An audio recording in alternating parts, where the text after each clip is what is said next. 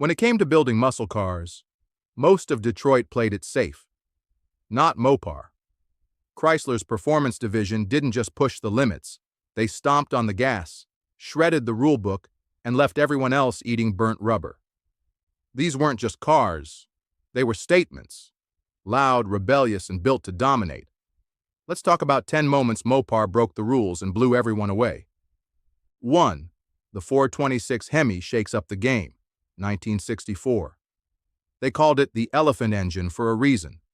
When Mopar dropped the 426 HEMI in 1964, it wasn't just horsepower, it was a declaration of war. Built for NASCAR but quickly banned for being too dominant, the HEMI broke every rule of acceptable power. When it hit the streets in '66, muscle cars were never the same. 2. Max Wedge Madness, 1962-1964. Before the HEMI, Mopar unleashed the 413 and 426 Max Wedge engines. These beasts were built strictly for drag racing, cross-ram intakes, high compression, and no-nonsense performance. These weren't everyday drivers, they were quarter-mile assassins. Factory street cars with drag slicks in the trunk. That's Mopar breaking the rules before it was cool. 3. The 1969 Dodge Charger, Daytona goes aero crazy. NASCAR had never seen anything like the Daytona. A massive nose cone and a 2-foot wing. Mopar engineers didn't care about looking pretty. They wanted to win. And they did. It was the first stock car to break 200 miles per hour. Other automakers laughed at the look, until they got smoked on the track. 4. Plymouth Superbird. Doubles down, 1970. If the Daytona was wild, the Superbird was insane. It was Plymouth's one-year moonshot to dominate NASCAR and bring Richard Petty back to the brand. With cartoon graphics, a wild color palette, and the highest rear wing ever slapped on a production car, Mopar wasn't just breaking the mold, they lit it on fire. 5. The 1970 Plymouth HEMI Cuda, street legal mayhem. You weren't supposed to be able to walk into a dealership and buy a 425 horsepower drag strip monster, but if you had the cash, Mopar would give you a HEMI Cuda. No questions asked. Dual quads, shaker hood, torque that snapped necks. This was unapologetic muscle in its most raw form. 6. Dodge Little Red Express Truck, 1978. Who said performance was dead in the late 70s? Dodge flipped the script with a pickup truck, yes, a truck, that outran Corvettes.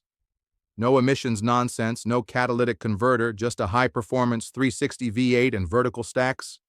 The feds didn't see that one coming. Neither did the competition. 7. The 1966 Dodge Coronet W023. Street racer's dream. Ever heard of the Street HEMI? The W023. Coronet was Mopar's wink to racers. No back seat, no heater, fiberglass parts, basically a drag car you could technically register. It didn't care about comfort. It cared about crossing the finish line first. Rule bending? More like rule breaking with a vengeance. 8. The 1971 Plymouth GTX 446 barrel triple carbs, 390 horses, and a look that screamed war machine. While the muscle era was winding down, Mopar refused to let off the throttle. The GTX with a 446 barrel setup was Mopar saying, "We don't care what the insurance companies think." It was pure, over-the-top, end-of-an-era bravado. 9. The Viper, Mopar Reborn, 1992. Just when everyone thought Mopar had gone soft, they dropped the Dodge Viper. No traction control, no airbags, a massive 8.0L V10. It was brutal, analog, and raw. Everything the 90s weren't supposed to be. Mopar didn't just return to its roots. It redefined American performance in the modern era. 10. Hellcat Everything, 2015 present. While everyone else was chasing electric motors and downsizing, Mopar dropped a 707 horsepower hand grenade called the Hellcat. Charger, Challenger, Durango. If it had 4 wheels, they slapped the Hellcat badge on it. It was overkill on purpose, and the world loved it.